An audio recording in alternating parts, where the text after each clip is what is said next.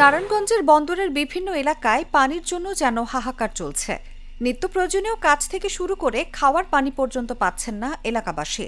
সাময়িকভাবে সিটি কর্পোরেশনের পক্ষ থেকে পানি সরবরাহ করলেও সেই পানি দিয়ে তাদের ন্যূনতম চাহিদাও পূরণ হচ্ছে না।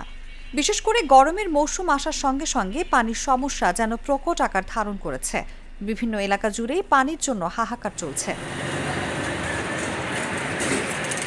বন্দরের বিভিন্ন এলাকাবাসীর সঙ্গে কথা বলে জানা যায়, প্রায় 1.5 লক্ষ বাসিন্দা দীর্ঘদিন ধরে এই পানির সমস্যায় ভুগছে।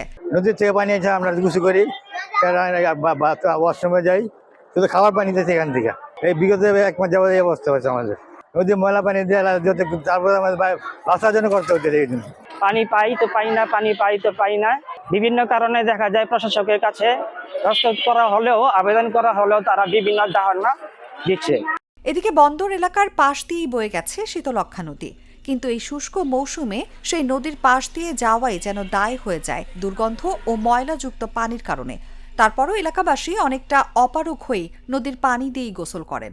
এখানে একটা সমস্যা হচ্ছে, যাদের বাসায় সাবমার্সিবল লাইন বসানো আছে তারাই মানে মানুষকে হেল্প করতেছে, যতটুকু সম্ভব ততটুকু পানি দেওয়ার চেষ্টা করতেছে, কিন্তু এই পানিতে কিন্তু সবার পানিটা কমপ্লিট হচ্ছে না।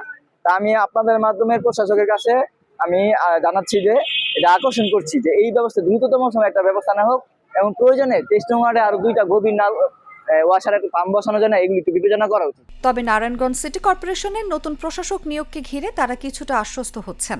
হয়তো কিছুদিনের মধ্যেই তাদের সমস্যার সমাধান হবে। সেই সঙ্গে সিটি কর্পোরেশনের পক্ষ থেকেও তাদের আশ্বস্ত করা হচ্ছে।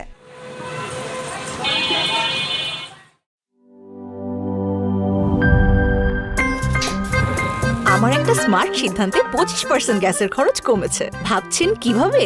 সাধারণ গ্যাস স্টোভ বদলে আমি এনেছি আরএফএল গ্যাস স্টোভ। এর সাইন্টিফিক নজল ও ব্রাস বার্নার ক্যাপ সমানভাবে তাপ ছড়িয়ে রান্না করে দ্রুত, তাই গ্যাসও বাঁচায় 25%, টাকাও বাঁচে 25%। আরএফএল গ্যাস স্টোভ নিরাপদ ও গ্যাস সাশ্রয়ী।